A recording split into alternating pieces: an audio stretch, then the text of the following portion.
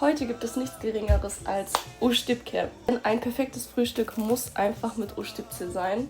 Und diese sind so perfekt fluffig. Und wir dippen rein und genießen sie. Die sind einfach perfekt.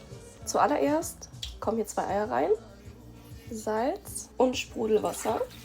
Dann gebe ich hier Hefe rein. Ihr könnt auch, wenn ihr keine Hefe reinmachen wollt, denn es kommt nur ein bisschen Hefe rein, ein Tütchen Backpulver mit reingeben, anstatt die Hefe.